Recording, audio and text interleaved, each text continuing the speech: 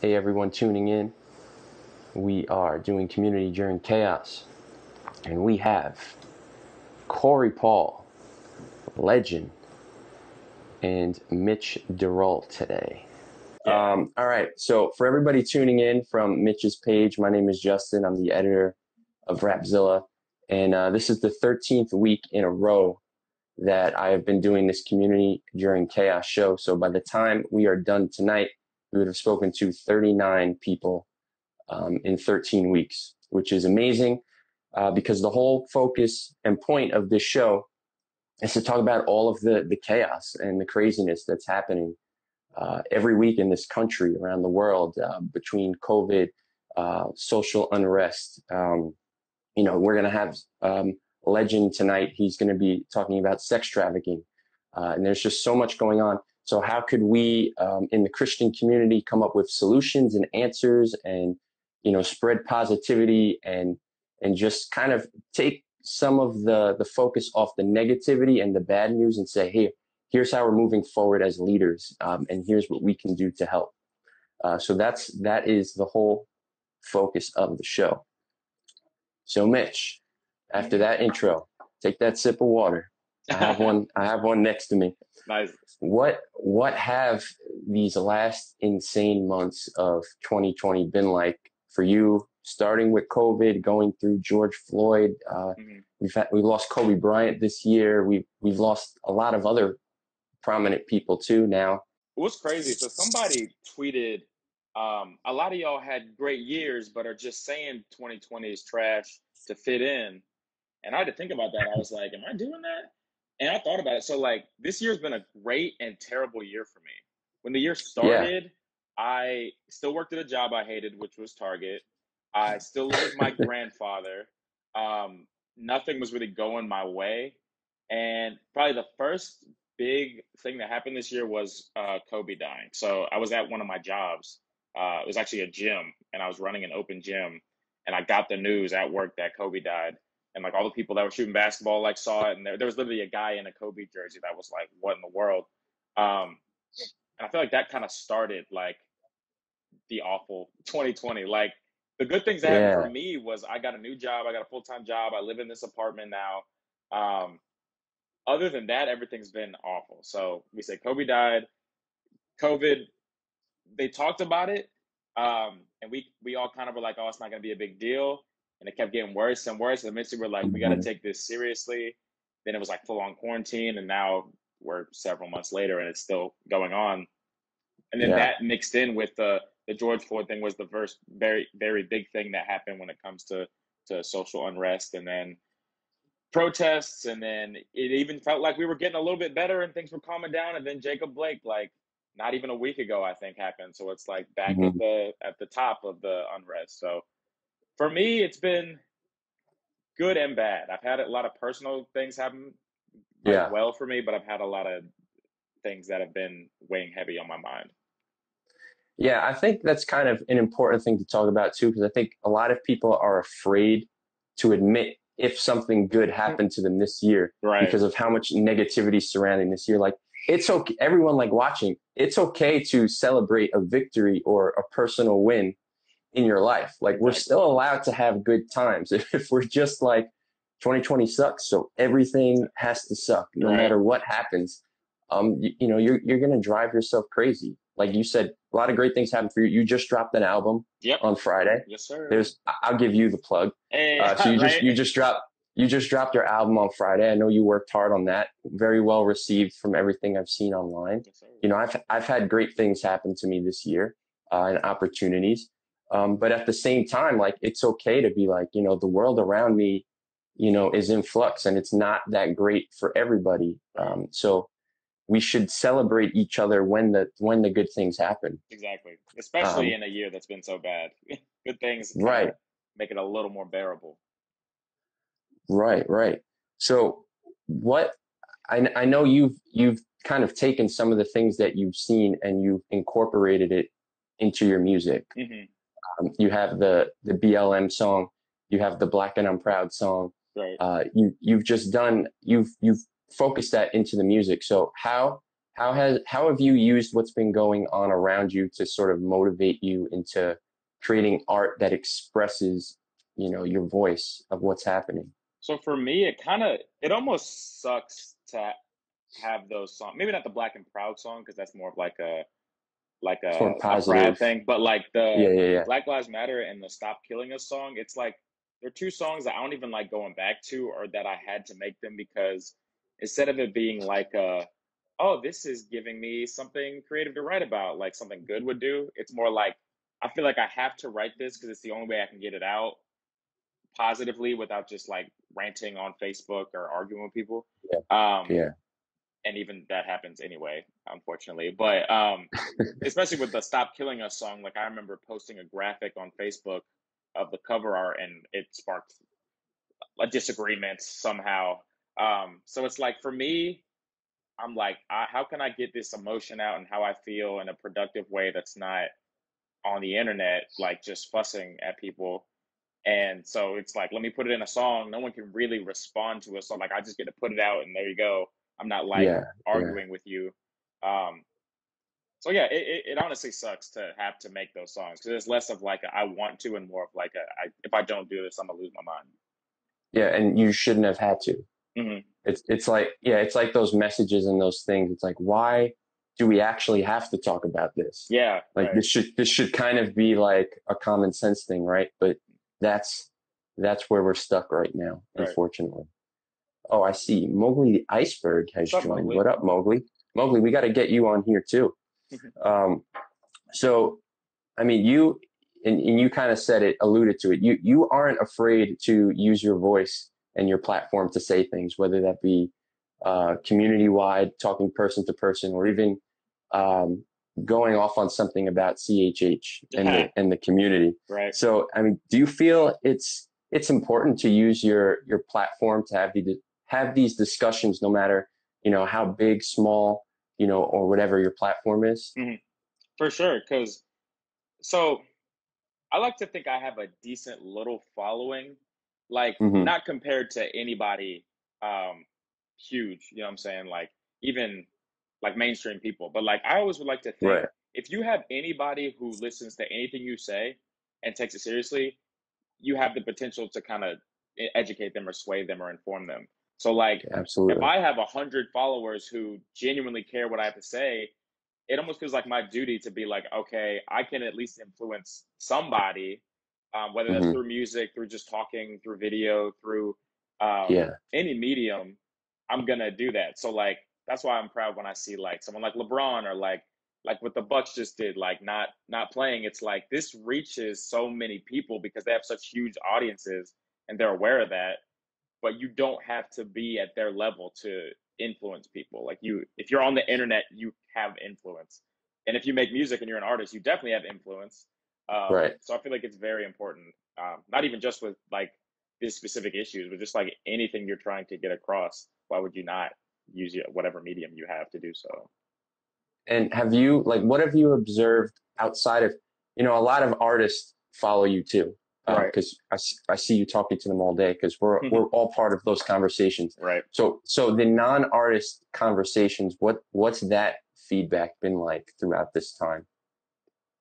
Uh, it's so funny because like I really do kind of keep my artist life and real life separate. Like I have two different Facebooks, two different Twitters, two different Instagrams, and so the artist ones seem to be the ones that go better, mainly because it's a lot of like minded people, Yeah, it's your peers. Christians, artists. They get it. You know, they met me in Yeah. person. Whereas I've learned, like my Facebook, for example, I'm about to delete Facebook because it's so many people. Like I was just talking to somebody about how like when you first make Facebook, you kind of just add everybody you might know and who it suggests. And now Yeah. that I'm older and I've had Facebook for like a decade, it's like, who are these people posting? And they have no like we have nothing in common. Like they don't agree with anything I agree with. It's almost the opposite. So it's always those, like specifically, I literally just wrote "Stop Killing Us" on Facebook last week, and there's like 100 comments of arguing between different. I just stopped commenting, and people were still arguing with people, and I'm like, this is ridiculous. Like I literally just put a statement up that wasn't political or didn't have any, you know what I'm saying? It was just stop killing us, and it Yeah. started a bunch of an argument. So I kind of prefer being on my artist pages because everyone's kind of on the same page at least. Whereas on my other ones where it's just more of the outside world, I guess that's where all the arguments happen. But at the same time, I try to not give up on Facebook because those are the people that need to hear it. Yeah. You know, it's a lot of white people on my Facebook, so I feel like they should be the ones I'm trying to change their minds. You know what I'm saying? Yeah, it's tough because again, I love Twitter because it's like I can kind of control who I'm following, and I'm Yeah. only seeing the things that people follow with me, and I could still be connected with people. Hmm. While as on Facebook, like you have to become their friend, and it's got to be Yeah. an even give and take thing. Yeah. And so there's people I've had Facebook for 15 years since Hmm. '06, and I'll see like the memories, thing every day. Right. And there's whole conversations with people from like 2006, 2007. I was like, I don't even know who this is. Like, who are these people? That's funny. And then you see them posting all these crazy things. How do you think, and especially, as a young person, you Mhm. are part of the future. How can we move forward as a society, and how can like people your age and younger lead the charge? So it always sounds so cliche, but it's like for me, I really feel like I try to take the one person at a time mindset, and that really feels Yeah, so hard. But like somebody said something like people will tweet this all the time. They'll be like, the sad thing about racism is that it's never going to end, and it's like while that might be true, you can't even say that because it's like when slavery was a thing, I guarantee you a lot of slaves were like, this is going to be forever. they And woke if up they every day all and said felt that. exactly, and if they all kept that mindset, it would last forever. So I'm not going to sit here and say racism is going to be forever. I'm going to try my best to try to talk to one person at a time, whether it's on the phone, which I've done that a lot. Even if it takes Hmm. 3 hours for you to kind of get my viewpoint, that can be exponential because like if I convince you, you have family, you might have a family down the line, you'll have kids, you'll raise them that way, they'll have kids. So it's like I feel Yeah. like at least for me, if everybody takes like the time to try to convince one person a day or a week or whatever, and not just argue with them in the comments, but like actually talk to them like as a person, um, it'll create enough of a change. And then of course voting, which I feel like it's something people should have been doing, but it feels like this is the first year that people are really taking it seriously. Like, oh, we can vote. Yeah, it's like the only thing we can really do that has any type of impact. Um, but I really think talking, especially since the internet's the most powerful thing ever. And I was telling somebody like, not like Twitter gets things done nowadays. Like it sounds stupid and we'll be like, oh, Twitter's just for fun and games. It's stupid, but like You get Twitter canceled real quick on and Twitter. facts, like things really can get moving because especially in America, everything is based on money. So like if enough people get on Twitter and are like, yo, don't buy this, don't do this, don't support this, things can get done. You just have to get on the same page. So I try to use every platform you have and every medium you can to try to educate people. I'm not gonna say convert people, but like I think Yeah. educates the word and get them to see at least start seeing things from a different point of view. So Mitch, were you able to go out and protest or do things in your community? I did. So I went to one protest, Hmm. and I'm glad I did it because my main. So I'd never been to a protest before. There wasn't a lot to protest, or Yeah. not a lot near me. So I was like, I'm gonna make a point to go so that I can kind of report back because for a while there, I was for like a few weeks straight, I was doing Facebook lives to all the people that I told you I argue with because I was Yeah. like, Yeah. Yeah. this is a way that I can say my piece. People can come in and out, but at the end of the day, I get to say what I want. I'm not arguing with nobody, and then I'm just going to leave it there.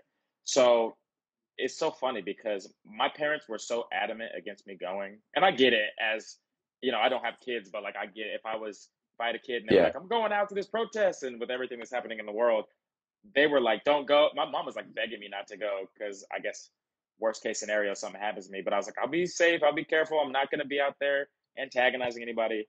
So I Yeah. made it out there with a friend of mine, actually this white friend of mine. She wanted to go with me, and I'm glad I went because I learned that there was a divide between what was actually happening and what like would get reported.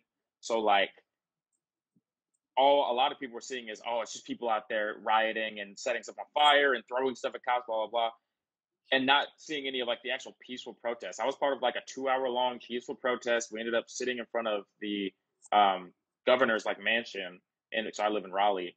And like Uh-huh. we talked for a while. We like wrote notes on what we wanted to see changed. Everything was fine. And then what would happen is like as night came, things typically get worse as the sun goes down. Different Hmm. people would come up that weren't part of the peaceful protest and were sorry about that. So different You're good. people would come in and would kind of like you could tell they weren't really part of the protest or sometimes didn't even have a cause, and they were just there to like someone was throwing firecrackers at police or like breaking Yeah. stuff, and then that's what gets reported. It's that more like hoodlums are out destroying this, and it's like you didn't even see any of the peaceful protesting that was going on. Right. So it's like I was glad I went. It was a good experience, but it was also good to see like how media works and how it's like, okay, I see what we're doing. We're just reporting on these people that came way later past the curfew that they knew about to do these things, not organized. And you're gonna shed light on that instead of the actual like productive, peaceful, legal protesting. Yeah, no one's going to click on the nice story of everybody like holding hands and Exactly. praying together or whatever. But it's a pretty big breaking story to see a Target burned down or, whatever it might be. Exactly. Um, yeah, it's I am part of the media, You're but right. luckily for me, I've chosen to go the music entertainment route. So Yeah, I feel that. I'm really not trying to break any looting stories or anything. I'm just trying to see what you guys are doing during all of this Right. craziness. Yeah. Um, Which is but smart. yeah, I've been there, man. It's media is a funny thing. It doesn't help. All right, maybe Mitch, you could speak on this. It doesn't help when the Black Lives Matter leader supports the action of looter. Well, one, it depends on your definition of support. But one thing that brings up that annoys me is how people aren't wearing a Black Lives Matter shirt for a reason. People don't know how to separate the organization from what the statement means. Kind of like Hmm. how I was a huge supporter of Kaepernick when he was first kneeling. And so people on Facebook felt the need to tell me every single thing Cap's ever done in his life and what he believes in. It's like, you're a Christian. He's not a Christian. He doesn't believe in this. He doesn't. It's like, I can support what he stands for and not fully endorse um, everything about the man. You know what I'm saying? So, like, I don't even know a ton about the actual organization, but I believe wholeheartedly in what Black Lives Matter means and what it stands for. I kind of dislike that there is an organization because people love to just point at that and be like, Black Lives Matter, this, Right. that, and the other. And it's like, just worry about what the purpose is.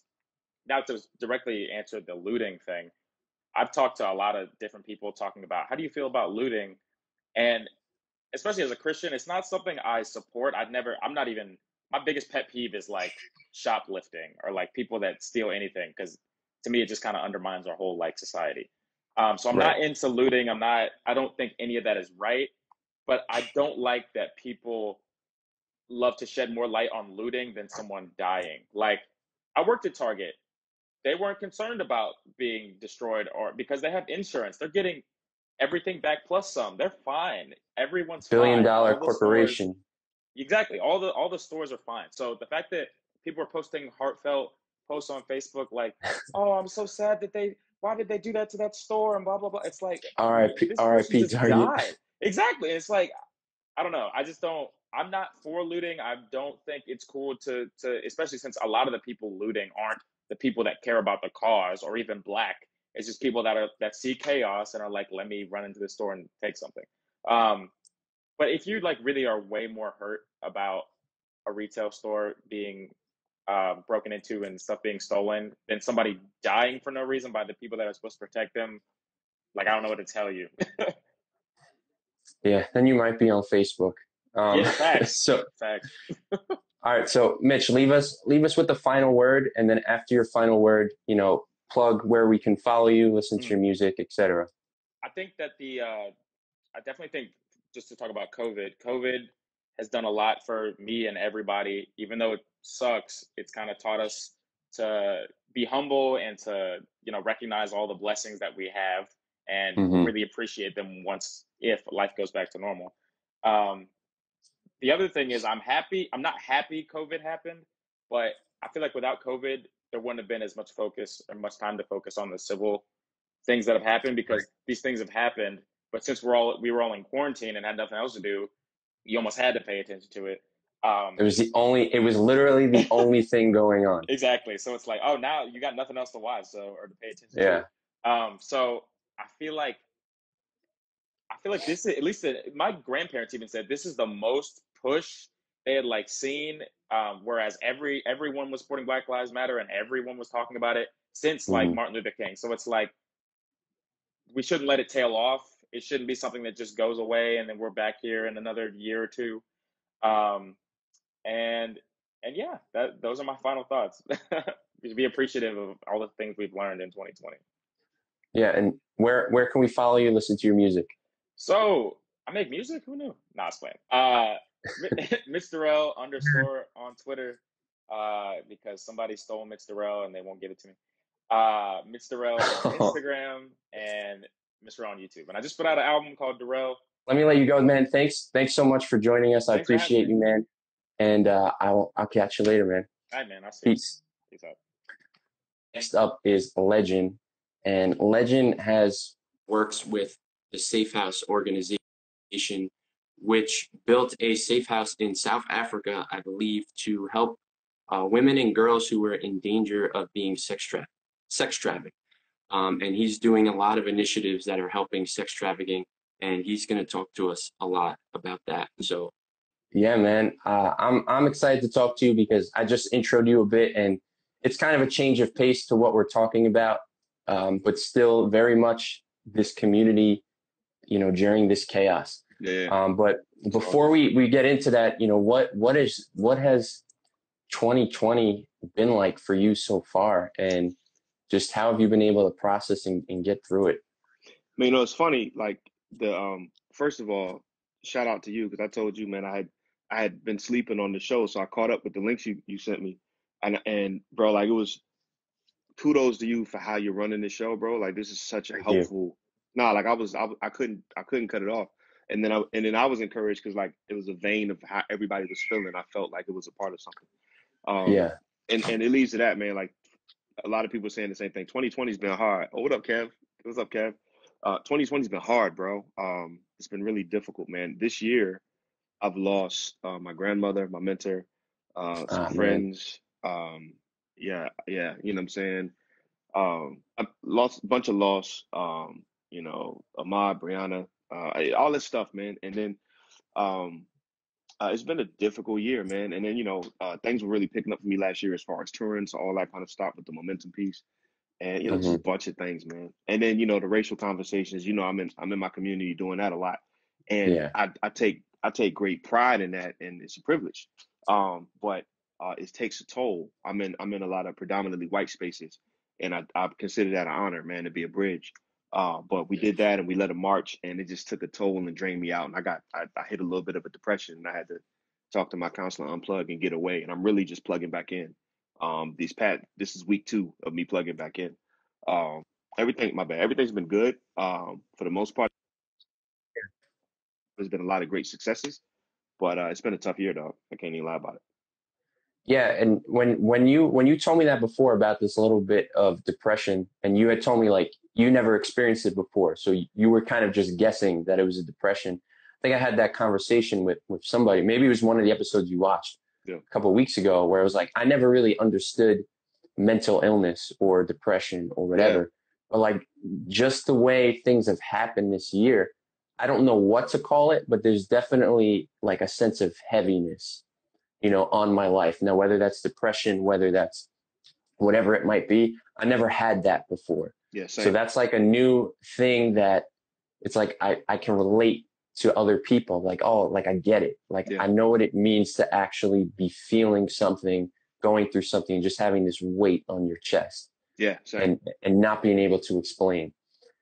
So yeah, and I think that's the sentiment of a lot of people.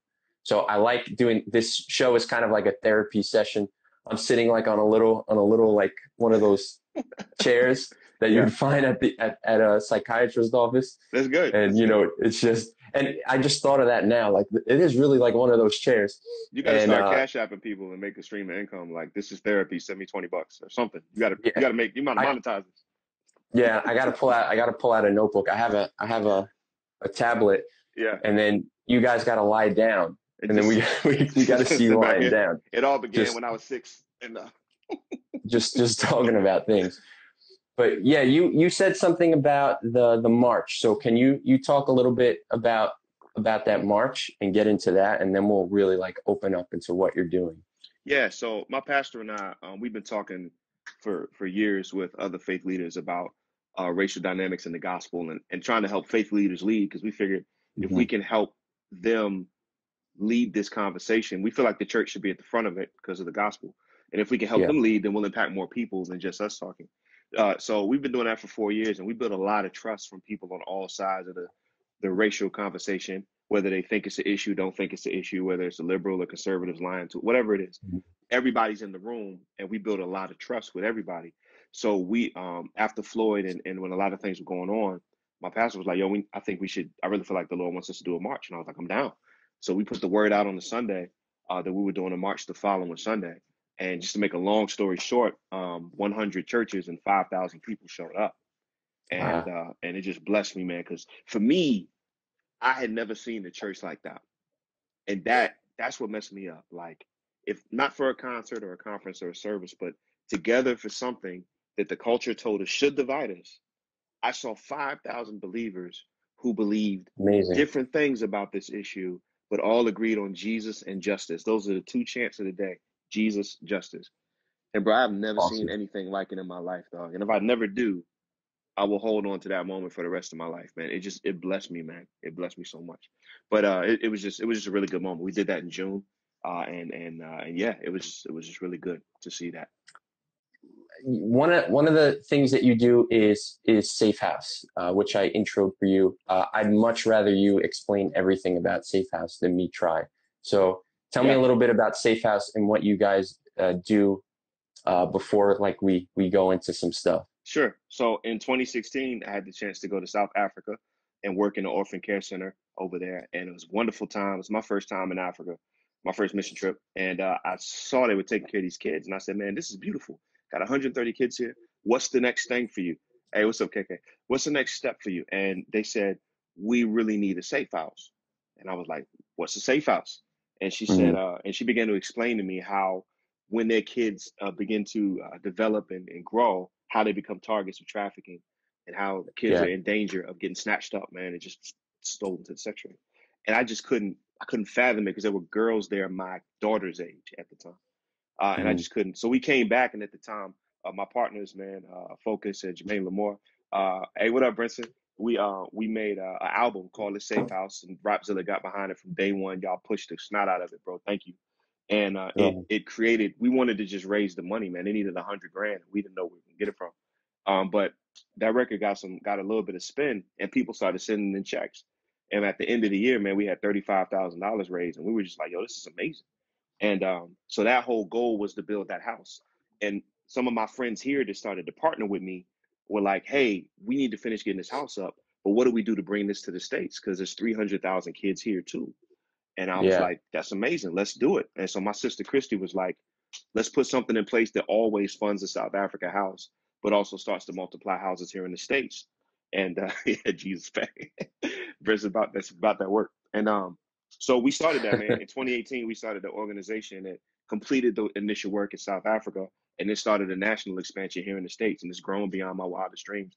So in 2019, the house went up in South Africa. It's officially there, and we had gotten Mhm. through all the social service things and finally got the last stamp of approval when COVID hit. But the house is there by the Man, grace of God, and we've started a national expansion here in the States. We got over 120 partners here in the States that we're helping to support to eradicate trafficking here by 2030. So nice. So are there already houses set up in the States? yeah, yeah, and it's a beautiful thing, man. Like there's a lot of people working in the anti-human trafficking space, and we just had a chance to come alongside a lot of them and either help them with mentoring, upping their standards, or even financial support for some of them that just needed to keep the doors open so they can do the work. A lot of them don't have development departments, and it's really hard to raise all the funds you need and focus all the therapeutic time on survivors. So we came alongside of some of them, and we'll do up to 2 and 3 years of support and mentoring to help them get on their Hmm. feet, to get them more sustainable, so they can keep doing that work, because without them, they don't make it. The biggest issue in trafficking in America is if a child escapes, or if somebody gets away, if they don't have a safe place to go, 80% of the time they're going to go right back to where they were. Yeah. So the missing thing is a safe house for them to go to once they're rescued. So that's what we're working to provide. Nice. And you told me that trafficking has actually gone up during COVID. Yeah, Can you explain that, like why that would happen, and what are the kind of the numbers behind that? yeah. There's been a 40% increase of reported trafficking since May. Then that's just May. We don't know since then yet. There's been a 90% increase in child pornography material, and that's from the National Center of Missing and Wow. Exploited Children. And what you think about it, the challenge of it is, a lot of people think trafficking is white vans and kids disappearing from playgrounds. And while that's a part of it, the unfortunate thing is most people are trafficked by somebody they know. Trafficking is anything that's done for sexual exploitation against somebody, against a child, and that's family members, that's uncles, that's all that type of stuff is happening. And for a lot of people that are trafficked, the safe place they have is school. The safe place they have is getting out of the Hmm. house. So when quarantine happened, a lot of victims got stuck at home with their trafficker, you know? And it's horrible to think about it, bro, but it is what it is. So one of the things we're trying to do is it's like this silent epidemic, this silent cancer that we know is here. And that's why I said there's so many heroes working in this space. One of the things we're trying to do is educate people on how to recognize trafficking, or recognize the signs of somebody who's vulnerable to trafficking. Because Hmm. most people don't know a lot of the stuff we're joking about on Twitter and on TikTok, a lot of stuff we're exploiting in music videos are the very same victims of trafficking, or potential to encourage somebody else to get into it. So we're creating, and I sit on the board of Safe House now. We created a training, a free training called OnWatch. What up, Will? And that training is going to be live September 17th. It's a free, Awesome. hey, thank you, Brinson, safehouseproject.org. It's a free training anybody can do, because as communities start to get back together after after COVID, and people start to gather back in churches and schools and all those things, there's a lot of people who have now been victims of trafficking that we need to be able to recognize, so we can get them help, because otherwise they're just going to silently suffer. So this free training is at safehouseproject.org/onwatch. You put your email in, and once it's live, we're going to hit you. And we are begging everybody in America to just watch it for 1 hour, so that if you see somebody, you can say something, and you can prevent it, or you can save somebody's life. And that's what we put together. So that's coming really soon. I don't know if you've ever heard of, now I'm gonna, oh, okay. The name is Trafficking Hub. I did a story on this woman named Layla Mickelwaite, Hmm. who she's actually trying to take down Pornhub. Yeah, I saw that. Yeah, You saw that I one? told I told Because Brittany and Christy about it. Yeah. yeah, because of all the trafficking and rape and different things that Bro. women and children are exploited on Pornhub, and it's just downloaded hundreds and millions of times, and they're making money off of it. Hmm. And it's like streaming like a song. They're making money off of these people's pain Yeah, it's nuts, and bro. suffering. And that really, like, of course, what you're doing. And then after I spoke to her, I was like, this is insane, because this is just regular, everyday people watching a video. It's like, oh, Yeah, I'm not doing this. I'm not taking part of it. I'm just watching it. yeah, But at the same time, you're padding somebody's pockets because of this trauma that you're watching.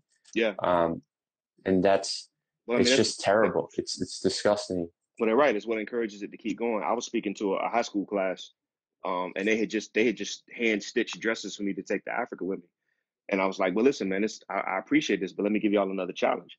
I said, you guys are against trafficking. They're like, yeah, y'all want it to stop? Yeah, yeah, yeah. I said, I have a question for you.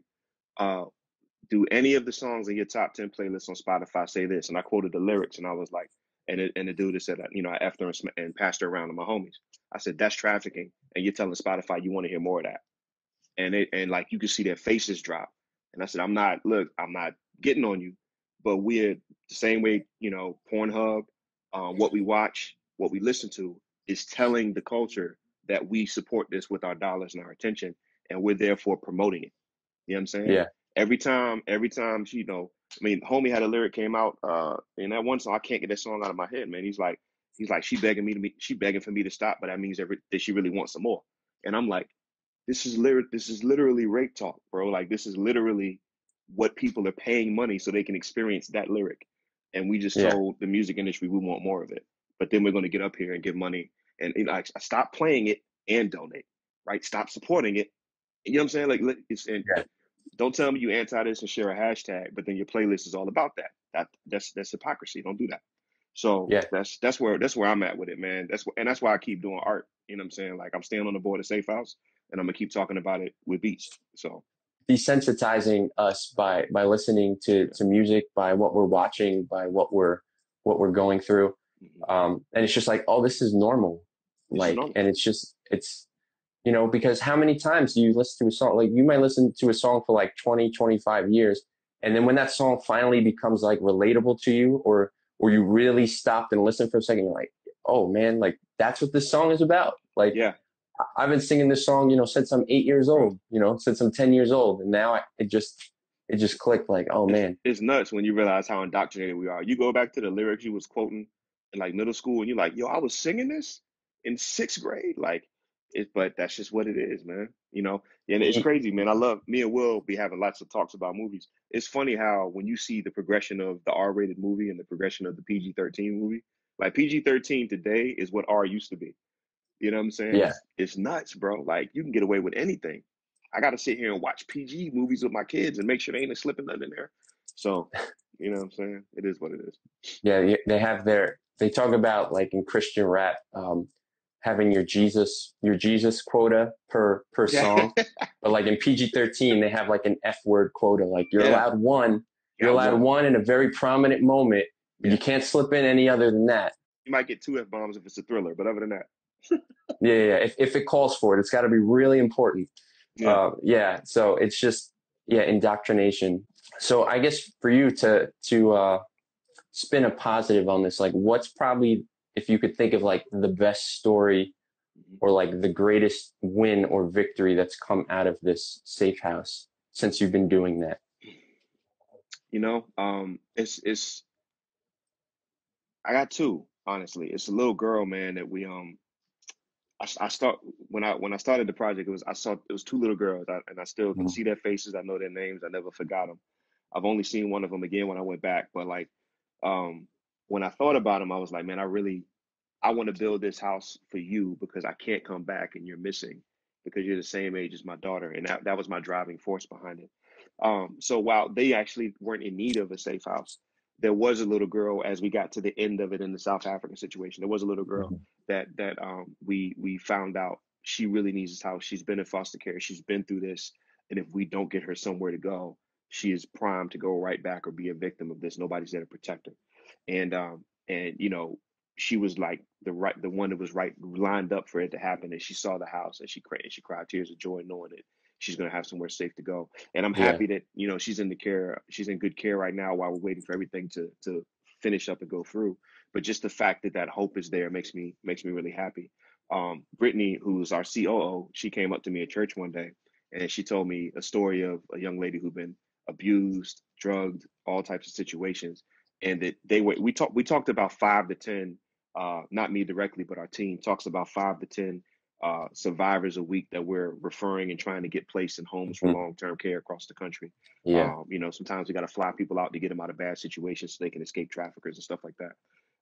And one situation where this lady was like, if it wasn't for the safe house you got supported, I know right now I'd be dead. And I don't get those stories on a regular. Brittany comes and tells me, "Hey, this happened this week. This happened. I just wanted to keep you encouraged." And she's Yeah. like, "If you guys hadn't stepped out and did that album, this wouldn't have happened." And I just bust out crying every time she calls me and tells me something like that. So those are the two stories that stick out to me, internationally and here in the States. That God can just take something small and make a really big difference. And if any encouragement for anybody here is like, you see something and you don't know how you can, this Goliath is too big, like it's not even a point slinging a rock at it. It ain't about that. It's about the fact that you making your move is going to start a ripple effect that could actually take that giant down. And God can use you to do it, man. So like, saving one or two lives, man, is worth everything. But knowing that we saved more than that is mind blowing. I never imagined being involved in this space at all. I didn't think I was good enough to be involved in this space, Yeah. and God still saw fit. So, Final word and then a plug. final word and So the plug. Got it. final word and a plug. Yeah, I was Go wondering what ahead. I was going to say with it, man. But I think the final word is this: when it comes to racial tension or trafficking or social issues or whatever, I think everybody has a corner that they're in. If you picture a room, everybody's in a corner where people look, think, and act like them and have the same worldview. And on the other side of the room, it's a different corner where they think totally different. So on one room, on one side, you say Black Lives Matter, and it means something this way. Over there, it means you hate America and you hate cops. And and if we don't get to the middle of the room and Hmm. understand each other and exchange our lenses and see how you filter the world, we're just going to keep shouting from our corners, wondering why we can't build the house right. My challenge to you and my challenge to me, what up, Corey? My challenge to you, my challenge to me is we have to get out of our corners if we want to effectively see change. Because we don't make it without unifying. When we look back on civil rights, we want to say it was all Dr. King and all black people. No, it's not the case. It was people from everywhere who locked arms behind a common goal, and that's what happens when you get out of your corner. You have to recognize truth and say, this has to be fixed no matter where I come from and no matter who I am. Hmm. And I think we all have the ability to do that. So my child, the long way of saying, well, no matter what your corner is, come out of your corner. Trust God and come out of your corner and just trust it. If you're on the right side of things, truth will rise to the top and you'll be okay. I like it. That was, see, you didn't even know, but that was good. Oh yeah. You just rolled that out, and All right. that was dope. That was like Praise a the little Lord. sermonette. Hey Um, man. That means a lot where to me. where where could everybody follow you, listen to your music, go along the journey? Absolutely. That's the Legend. plug. That's the plug. Legend TV everywhere. Legin TV. Legend is just Nigel backwards. Legin TV. And I just dropped the EP called In This Moment. It's all about this where we are with our corners and trusting God coming out of them. So check it out. Hit me up. DM me. Tell me what's going on in your life. I want to know. What's up? What's And up? What's up, bruh? good to meet you and actually get to talk to you for the first time after tweeting a bunch. Yeah. Tweets and emails, man. Yeah, it's good to meet you, bro. I love and appreciate everything you do. You know what I'm saying, for the culture, for Rapzilla. You know what I mean, for Thank you. everything, man. Appreciate you having me on. So my first question to you, and it's my same question to everybody: what has life been like during 2020, and how have you been able to get through it and cope spiritually, mentally, physically from COVID on through everything else that's going on? Yeah, man. And it's crazy. I know everybody feel it's a lot of the same feelings and thoughts. You know, it feel and look like a movie. You know, when you walking around, when you experiencing it. I think that for me, uh, the main thing has been knowing that this isn't new. It's just new to us. You Right. know, so I think if I had to just sum it all up of how I've been able to get through it, it's just knowing when you read history, whether it's historical books or it's the Bible, you realize none of this is really new. It just never happened like this in our lifetime. You know, so I think having that wide view and knowing that God is ultimately in control, helps a lot with it. And then a lot of times you get through great struggle, great pain, you get great opportunity. You know what I mean? And so looking at it, glass half full as well. So that's kind of been my mindset behind it, bro. Yeah. And I know everyone else is handling that different. Yeah. I mean, for you, a lot of the social justice things and the civil unrest was very personal to you. Right. And I wanna ask you, because I also had Reconcile on here a couple of weeks ago. You guys actually knew George Floyd personally. Yep. So could you maybe shed some light on the type of person he was and your experiences with him? Because the media is only gonna focus on certain aspects of his story, but you knew the actual man. Right. Exactly. Yeah. So the I think out of all of the times, that we've been talking about, Big Floyd, the most the most illuminating, I think this is the best word, illuminating part of his character is to understand that Floyd was well-respected, admired voice of positive progression in the gospel in his neighborhood, right? So people may look at Floyd or somebody like Floyd, and when I say somebody like Floyd, I mean a black man from a low income neighborhood who, you know what I'm saying, had it rough. And, you know, they may look at those people a certain way, but what they don't realize is you could never have the influence that he has. So the same people, the young kids that we want saved and we want helped and we want them, you know, Mhm. Floyd is their voice. The voice you condemning is the voice they listen to. You know what I'm Right. saying? So it sounds cool to say whatever you say from that side, but when you really in the trenches, they only want to hear from somebody who really know about it and been about it. So what people don't understand is that's why Floyd was such a anomaly, because he represented the struggle that they all embodied, that we all embodied, but he met the Lord and he was being transparent about his journey, right? You know what I'm saying? Post Right. salvation, of trying to stay on the straight and narrow, you know. So I just feel like as a whole, that's what is missed is yeah, you may not, it may not be your picture perfect hero, you know what I'm saying? But your picture perfect hero, ain't nobody listening to that boy where we from. You know what I mean? So Yeah. yeah. I think oftentimes people can't separate where someone used to be and then where they're at now and what it was like in between, when those very people probably did those, like, have that same exact transformation themselves. It's like so quick we forget All the uh, time. of how transformations work. All the Like you time. you can do really bad things and then change your life around and do really good things, or whatever the circumstance might be. Bro. And people forget that. And for Christians, it's just like, bro, you sure can't say nothing. If you're a Christian, you know what I mean, speaking in that matter, half of the New Testament was written by Paul. You know what I'm saying? You know your ABCs about the Bible. You want to talk about a savage.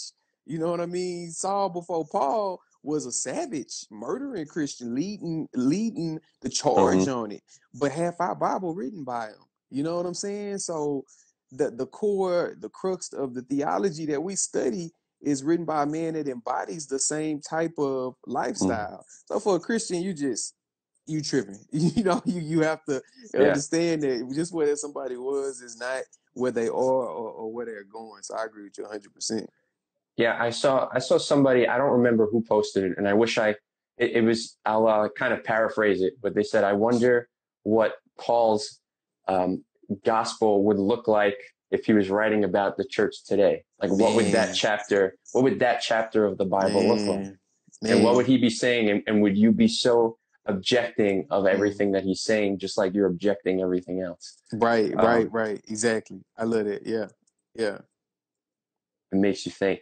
So yeah, I remember you along with Reconcile kept saying that George Floyd was a man of peace. yeah, yeah. And I believe it was Reconcile who had the experience with him with the baptism. I'm not sure Mm-hmm, if you were mm-hmm. there as well.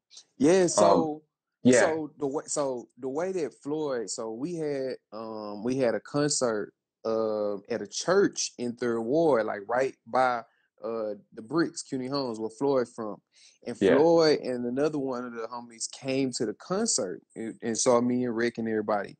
And so then some of the pastors, you know, they like, you know, just going around talking to people, meeting, because the whole purpose of having a concert was to try to connect with the community. You know what I'm saying? right. So that was the first time we all met Floyd. You know what I mean? Like we were introduced to him like on some like, oh man, appreciate you coming out, you know, and all of that. So then from there, we went into the community, right? So the first time I personally met Floyd, we was like we were shooting visuals and stuff. You know what I'm saying? We had the Bible study in Third Ward. We were shooting all our visuals in Third Ward and everything. And that's how I met Floyd. You know, he's like, man, you know, if y'all by God business, it's my business. I love what y'all out here doing. You know, if y'all Yeah, need anything, you tell him Big Floyd said you good. He gave us a stamp. You know, my partner yeah, Najulan say he gave us the hood endorsement. You know what I'm saying? Like he gave us a stamp because we are from different hoods. I'm from South Park. Rick from a hood in Fort Myers, Florida. You know what I'm saying? But we in third ward, you know what I mean? So you can't just move how you want to move. So that was like check Yeah. one of how Floyd was. He was our person of peace. If you read the Bible, you know about, people of peace. And that's how it was. So then you fast forward, we used to do church in the bricks, where we had church on the basketball court in the middle of the hood, you know what I'm saying, on Sunday. And Rick, the story Rick tell, is like Rick, Floyd, and a lot of homies from the church or whatever, they was out there setting up. And it's a basketball court, so nothing's on it. It's just a basketball court. You got to bring in the chairs, the microphones, the stage, the stands, the cards, the tables, everything. And Big Floyd would help us actually set up, you know what I'm saying, drag all Mm-hmm. this equipment from the storage area. And so the particular incident, the particular story is when he drugged this big old horse trough that we use for baptisms. He drug it across the field and helped fill it up. And that was Wow. the exact same baptism pool that the homie Najalon got baptized in, and me and Rick dunked him in that pool. You know what I'm saying? And Yeah. he to this day is one of the adopted loved ones of Third Ward, shoot a lot of images and do a lot of work there.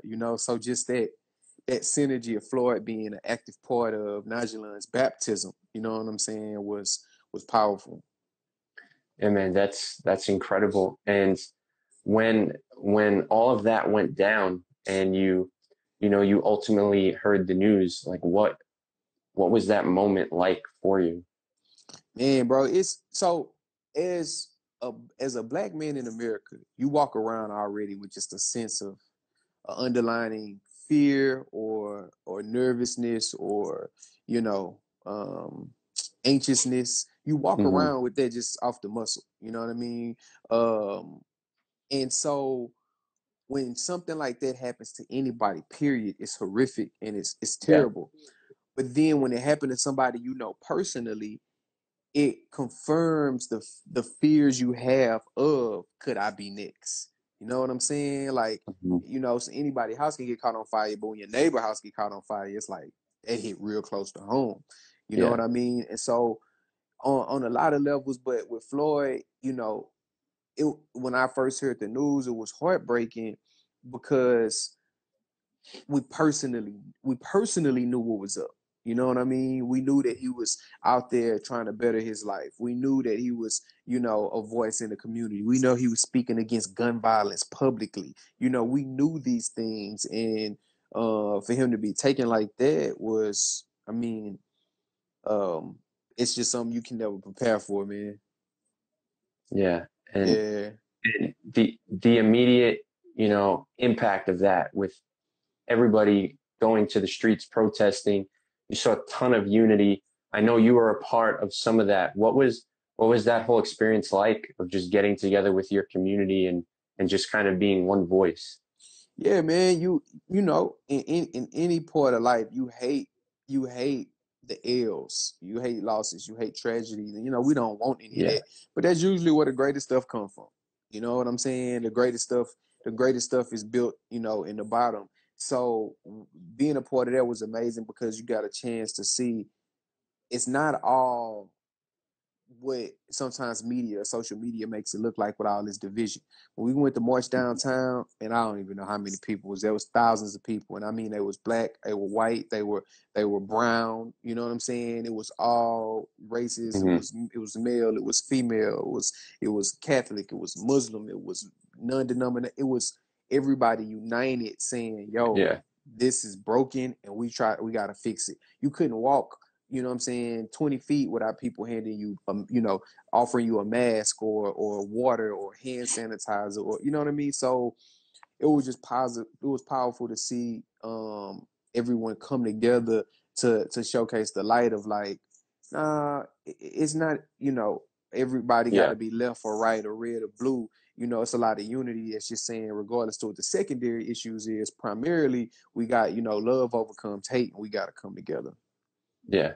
And were you personally able to be a part of some of those community dialogues or discussions, whether it be with a public official, police officers?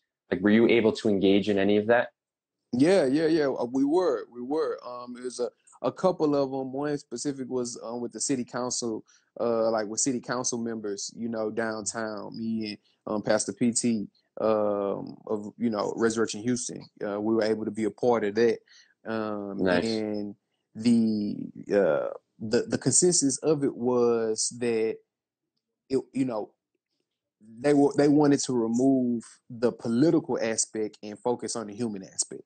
So that was encouraging because it was, oh, is this gonna be the curfew? Or y'all can't protest here. Y'all got that kind of can be the undertone. And they were Yeah. trying to say here in Houston, this is his hometown. So when Floyd body, it got a police escort. You know what I'm saying? Into Houston from the airport. They wanted to remove the political, or for the time being in this case, and focus on the human aspect. So that was a bright spot in the midst of a lot of, unnecessary red tape that usually get involved in different Right. things like that. Now, do you feel, because of course, and this is what the media focused on, but it did happen as far as the rioting, looting, and violence that occurred usually after all of the protesting. Do you Mm-hmm. feel in any way that it was justified? And once it happened, do you think it hurt kind of the momentum of all of the unification that was happening? Yeah, I think that um I think that when rioting is broad stroked, like the media does it, and they go, "Oh, they rioting in this city," I think that that's misleading because you're painting a certain city or a certain people group in one light, right? Yeah. And you have so many contributing factors to rioting, such as people who have no good intentions, who initially come to break things and loot and have nothing to do with the cause. Opportunist. Yeah. Opportunists. So when you automatically equate looters or rioters with the cause, then that's not accurate. You see what I'm Mm-hmm. saying? Like if we all go to any general location, we may have different goals in mind when we get there. So Mm-hmm. I think equating rioting and looting to protests is inaccurate. Because the Houston protests we were in, right? We were there all day. It was amazing. It was no Yeah. issues, no anything. But then it was like at night, it was like kind of like mumbling about like, oh, this happened over here, this happened over there. It's like, well, that may or may not have anything to do with the bigger cause. You know what I'm saying? So that's the first thing. I think that you can't lump it together. Do I personally condone of violence and breaking and rioting and looting the buildings and things of people that have nothing to do with anything? No. Like that doesn't, and I don't think you can find a credible voice of advocating for social justice that says, yeah, breaking and burning up the property of innocent people, you know what I'm saying? That'll show them, that'll fix it. Like, that's not the case. The only thing that can be said to people who are genuinely angry and trying to get it out, the only thing they can say is, Martin Luther King said, a riot is the voice of the unheard, Yeah. and so in that sense, when you have riots, you have that uprising from people who genuinely are enraged, right? I understand it. You understand what I'm Mm-hmm. saying? So it's not like to demonize. I understand it from that scope, but I just can't agree that that's going to be progressive. Them companies got insurance. Think Target care that you burning up their building? You know what I'm saying? They got insurance. They just gonna build it back. You're not doing nothing. You know what I mean? So that's kind of my stance on it. I get it, but it doesn't do anything. Yeah, it's definitely complicated because then again, you have the opportunist in there who had nothing to do with anything. Mm-hmm. Then you have the people who, destroyed their own neighborhoods and local businesses. Then you have things Mm-hmm. like Target. So Mm-hmm. like you said, every situation and scenario is different. So Mm-hmm. for you to just be like, well, see, look at all this that happened.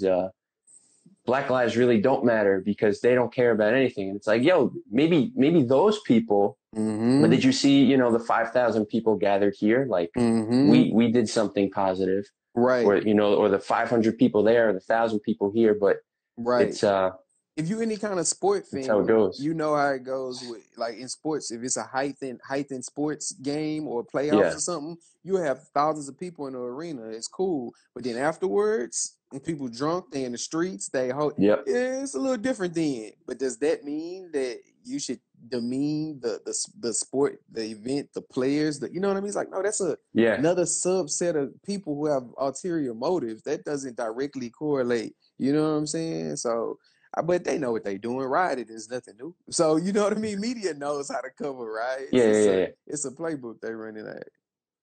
Yeah, that's, you know, I always hear the example, you know, after somebody, you know, wins the World Series or the championship or whatever, and they're like, oh, those people go out and they destroy their city, but you know, it's a bunch of people having fun. It's like, yeah, but you know, Right, when you're right, rioting for something, it's right, like, oh, look at all the thugs. right, But right, right. the way that you put it too is funny, because it's like, man, now we got to get rid of all these football teams because the guys got They rowdy and inciting they came out. they inciting Yeah. riots, man. You know, like that's what I'm saying. It's No more yeah. protesting, no more celebrating a championship, no more, you know, no more nothing. Right, If you're gonna do one, you got to get rid of them all. right. Yeah, bro. Yeah, that's why I say it's nothing. It's nothing new, man. Yeah. So, I mean, as if it wasn't bad enough, kind of seeing the victims of violence that we see, the Black community especially has also suffered through losing lots of heroes. You know, Yeah. lost Kobe Bryant, we lost John Lewis, we just lost Black Panther. Like that's him. Like that has become him, Chadwick. He the first Black superhero, man. Yeah. You know, even lost Little Richard, who's like an old school legend. Like all of these big names in the Black community. Like how does I don't know, man, like how do you deal with that? Even like you see regular people, and then even now the heroes starting to just leave. Yeah, I feel like, I mean, so I think in one sense, you know, it's all about how you look at life, man. Me, you know, this is the warm up before the race. You know what I mean? I'm a believer, so I believe that this is just a pale comparison. You know, any delights, you know what I'm saying, that we have here is a pale comparison to the glory of heaven. You feel me? So when you think about the life of the people and the legacy of the people, and you know what they left, you know, I would hope, for example, something like you know, with Chadwick, I mean, we'll never even fully understand the magnitude of that type of power and intensity and courage and sacrifice, and we'll never get that. You know what I'm saying? Like to have filmed all of these While sick. wow, sick, Like really sick. yeah, need no sympathy, no complaining, no, I mean, just, you know, why he did it, like his personal motive. I think you could see glimpses of it in the sense of his words, right? He was always very, very adamant with his words of empowerment, of inclusion, of the roles he selected with Jackie Robinson, right? And films like that. So you could see he was purposeful, you know what I mean, in his actions. And so I feel like the legacy, right? Kobe, you know, the Mamba mentality legacy, and his intensive desire, even in the reason why he flew back and forth from the Staples Center, was to be an active and present father, right? You know, so that legacy, I feel, is would powerfully last on. Though it hurts, it really, I feel, can encourage us at the same time. Do you know about the significance of the date that Chadwick died on? It was Jackie Robinson Day in the MLB, and it was also the creator of Black Panther, Jack Kirby's birthday. I did not know that. So that's crazy. That was a wild thing. Like his two most prominent roles, two most iconic roles, Jackie Robinson, and Jackie Robinson Day in the MLB is supposed to be in April, but because of COVID, they pushed it back into August. That's amazing, bro. Now I didn't know that. I didn't know that at all, man. Yeah, Yeah, that's powerful though. That's yeah, really powerful. yeah. So the creator of Black Panther and Jackie Robinson Day, and then Yeah, that's the all on day the that he same day. passed away. Yeah, It's crazy. yeah, But man. You never know. that's like going out like a legend. Like it's like legends how they live on. It's Hmm. like they even the way he left is kind of like look at Right, right. that significance is crazy. Let's switch gears for a minute. I saw on your Instagram that you kind of use your platform to talk about like education, and I see you doing the importance of reading, of Yeah. financial literacy, and all of that. Have you been able to see the immediate impact and effects of just kind of using your platform for something like education? Yes, yes, man. Literacy Kings, bro. That's our everything right now. That's what we on. Literacy Kings, where we break down financial books in a culturally relative way.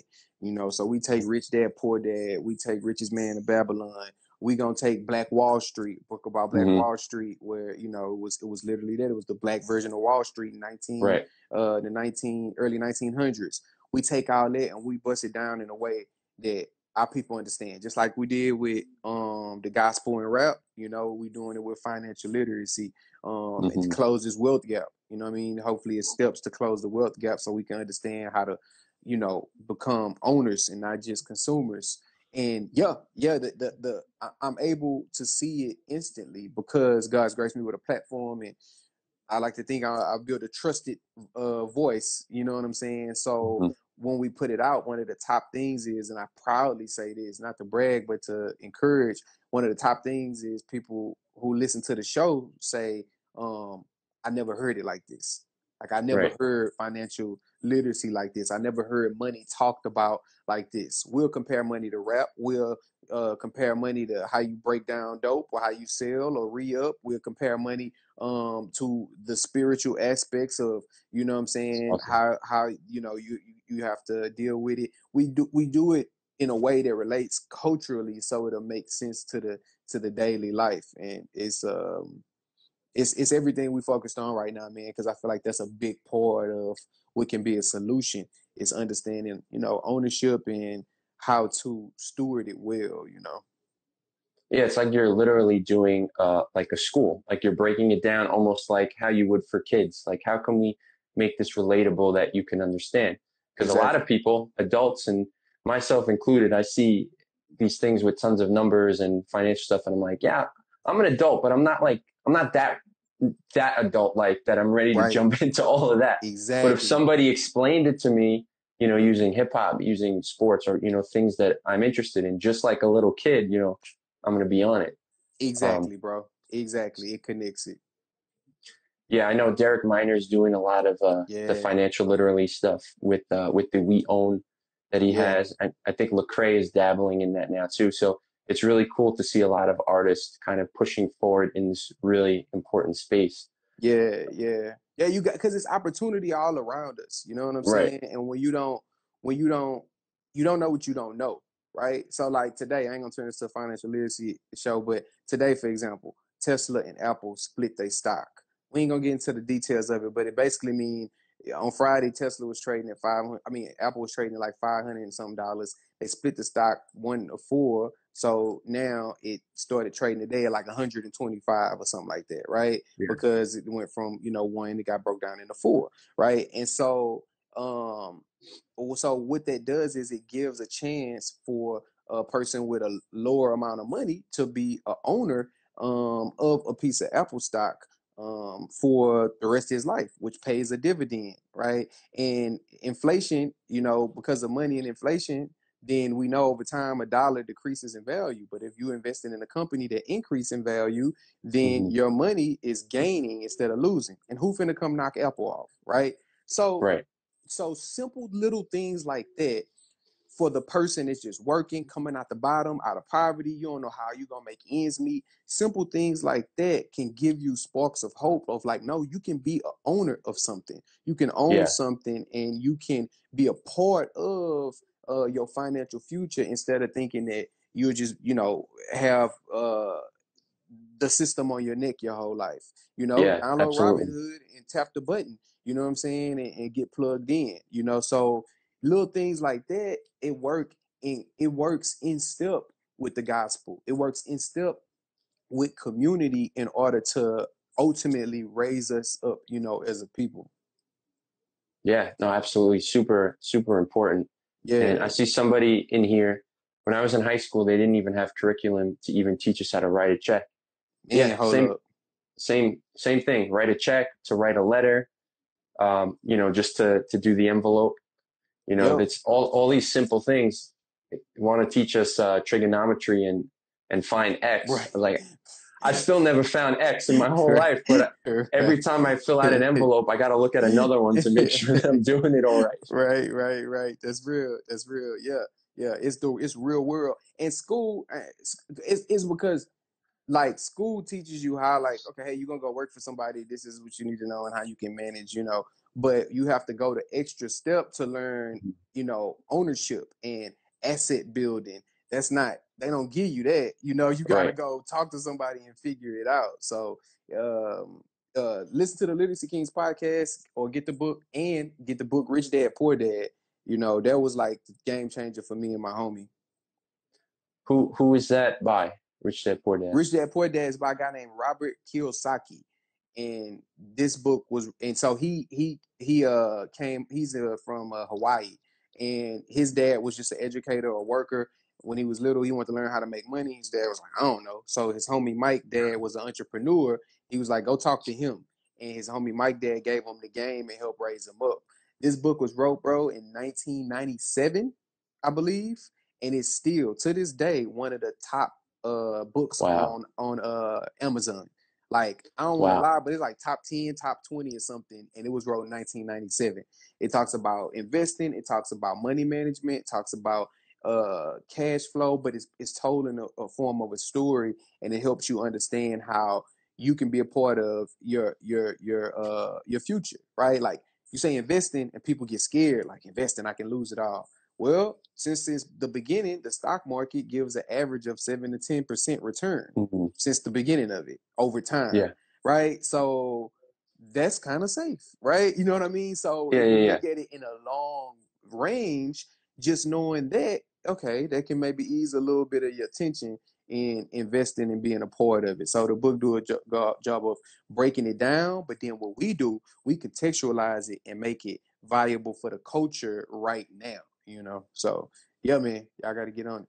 My final question for you would be: what can people do, even in the simplest ways, just to make sure that they're, I guess, doing the most for their community, or trying to leave an impact? Yeah, so the simplest thing that you can do, first thing would be to start to educate yourself, right? That's the first thing you can Mm-hmm. do, is start to educate yourself. It's a lot of resources. You can go watch a documentary called African Americans Many Rivers. You know, PBS did that documentary. You can go grab a couple of books, right? You have different financial, I mean, different historical books that kind of give you a glimpse into Mm-hmm. African American history, right? You got The Color Change, you have Malcolm X autobiography, you have the narrative of Frederick Douglass, you have I'm trying to think of another one that made strike. If you want to know about how the financial side of the struggle for Black Americans, look at Black Wall Street. It's a book called Black Wall Street, Ride to Renaissance, right? So you can go look up these books, and you can start to educate yourself. You can find pages to, on Mm-hmm. IG to follow. When you start to educate yourself, then it'll help you better understand, because you may be angry or you may be confused. If you're either and you act without education, it's not going to lead to any good outcome. Yep. Right. Yep. So Yep. if you're angry or you're confused, you got to educate yourself first. Right. You'll learn things like, Black people, we talk about lynching. White people used to lynch us, and they did. And white people would also lynch white people. Right. So you tell it to somebody like, what? You know what I mean? It's like, yeah, like they lynched us more. Don't get it twisted. I'm not saying that, but what I'm saying is you start to see, wait, it's deeper than just black versus white. It's hate. You see what I'm saying? It's the human Yeah. heart. It's broken. It's just a fallen world. When you start reading, you start seeing that. So then it can help you have a conversation with your brother better. You know what I mean? And Relate more. you can relate more. You feel me? So education, then get out there, right? Don't go online and Google nonprofits or organizations in your city that's doing work. If you're in Houston, you check out Eyes on Me Incorporated. You check them out if you're in Houston because they got boots on the ground. So it's just like in the church. People say, "Oh, you give money to church. They be doing this, they be doing that." Well, follow your money. You know what I'm saying? Like, stay at the Yeah. church long enough to see what they doing, and you'll see if it's worth it or not. So then get out there. You know what I mean? Go find an organization that's doing something and just pull up, you know what I'm saying? And just start the steps, because sympathy is one thing, you know, how I feel it, but then empathy mean I can relate to it, right? So get out Yeah. there and touch some people, see some people, you know what I mean? And then from once you do those two things and you let the Lord be the Lord, then he gonna start stirring up what your next step is. Do you need to start a nonprofit? Do you need to start an organization? Yeah. Do you need to bring a program to your job? Do you need to bring a program to your school? He'll stir it up in you if you just take a couple of those steps. Amazing. And somebody asked, what was the name of your podcast again? Literacy Kings. Literacy Literacy Kings. Kings. Yeah, I'll tell you right now. Oh, you'll type it in. Okay. Yeah. Yeah, I wanted to add on to what you were saying too about being relatable. Like, journalism and writing at its core. Like, forget about a lot of the craziness you see now with fake news and your really politically divisive swayed to the left or to the right. But at its core, journalism is supposed to be unbiased. Mm-hmm. And in order to be unbiased, you need to get both sides of the story. So when you're having a conversation, when you're having a face to face, if you don't know anything about where the other person is coming from, it's going to be a lot harder to communicate what you're trying to communicate with, because there's no understanding at all.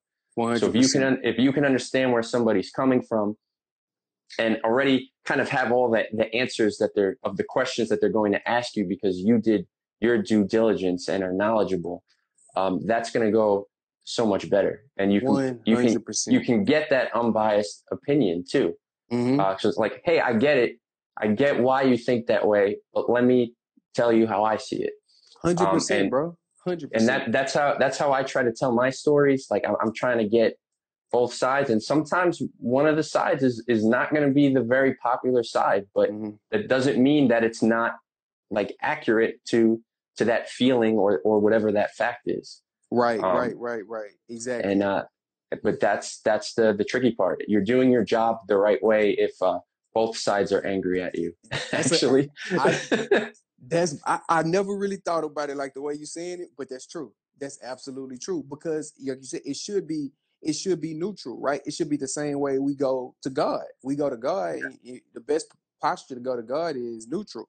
Not saying I want this or I don't want that, but you're saying I want to have whatever you want me to have. You know what I'm saying? So as you sit down to tell a story, as I'm sitting down to talk, it should be I want to say, you want to write the truth, the best thing. You know what I'm saying? Not pro this side or against that side. Yeah. I think that's powerful, bro. That's a great way to put it. Yeah. I mean, the truth hurts. Yeah. Sometimes the truth hurts. Yeah. It's not always rainbows, and some people just have focus on the hurt. Some just focus on the rainbows. I want to get them both together. Yeah, because it doesn't benefit us in the long run. You know what I'm saying? If we're looking at it in the long run, it doesn't benefit us. We'll just keep doing the same thing over and over. It doesn't. I don't care. I always think about it like this, bro. Why does it matter if I'm right and you wrong? Because in the sense of me wanting to be right, just because I feel like I'm right and you wrong, that don't mean you still won't wrong me. You feel what I'm saying? So it may, if you're like, no, if you're like, no, these people don't need any more money, and I'm like, yeah, they do need money, and then I'm like, well, you're stupid. You don't think that you still gonna go on and keep influencing people with that same idea to not fund whatever this program is? Like, my goal is to try to find some type of commonality with you so we can work together, not, make you come to my side or blow up your side. You may have valid points. I may not agree with you overall, but you may have valid points that can help me see how we can get to a middle ground. You know what I mean? But you got to get a lot of ego out of the way. You got to get a lot of the past out of the way. You got to get a lot of the assumptions out of the way to do that. Yeah, I mean that's the whole premise of this show. Like we're coming up with solutions, but we're not having easy conversations. Like I want to ask the hard questions. Right. If somebody gets mad at me while we're having a talk, again, I think I've done my job as long as I asked it respectfully. Like there you go. you should be able to have these conversations. Right. We've seen plenty of mad people in the comments, especially when Lecrae came on. But you know, because he gets all the crazy comments. Yeah, I mean, they gonna shoot at the king of the hill. That's gonna that's the name of the game, man. But yeah, these are important, man, and I appreciate you for taking the time. And I know obviously George Floyd is a super sensitive, you know, topic, but you know, it's the most relevant thing in the world, which is amazing for probably even you to think about, as you knowing the person that this guy transcended everybody in the world and was the most important story in the world. Like his little girl say, change the world, man. Change the world, shook up the world. Yeah, I love it. Yeah, man, I appreciate you. I appreciate how you go about, you know, your style of journalism, man. And I appreciate you having me on tonight, bro. Anytime. Yeah, man. I'll have you back. Hopefully. I keep saying, like, how long is this world going to be in chaos that I have to keep talking about community and chaos? And I'm like, well, there seems to be something new every week. So even though I'm speaking to 3 people a week, and there's still plenty of things to talk about, and there's still plenty of people to talk with. Hey, I'm telling you like this. What is this, episode 13? 13. Just 39. You're the 39th person I've spoken to. Man, you might have triple digits in you, man. you might have triple digits in you, bro. Cause I'm going. Yeah. I'm gonna have to run it. I'm gonna have to run it back. But real quick, where could everybody follow you, listen to your music, throw some plugs out? Man, Literacy Kings on IG. Go to wherever you stream your podcast on Apple or Spotify. Type in Literacy Kings, rate us, review us, check us out, share it. We're trying to do something that we personally feel is a hole in the market. You know what I'm saying? So check that out. Then my IG, Corey Paul Music. That's for me. If you want to see me, you want to see my random music drops, you want to see my little spirited 2-year-old journey, you know, you want to see me and wifey up to, you can just follow me on Corey Paul Music, man. All right, man. Thank you so much. Can't wait to see what else you got coming. I'm definitely going to check out that podcast because please do. You were teaching me some things tonight, and I'm like, dang, I'm going to learn today. That's what's up. We'll do some Rapzilla Literacy King stuff, man. Let's do it. Yeah. I like it. All right, man. But I will talk to you later. Thank you so much. All right, King. Appreciate you.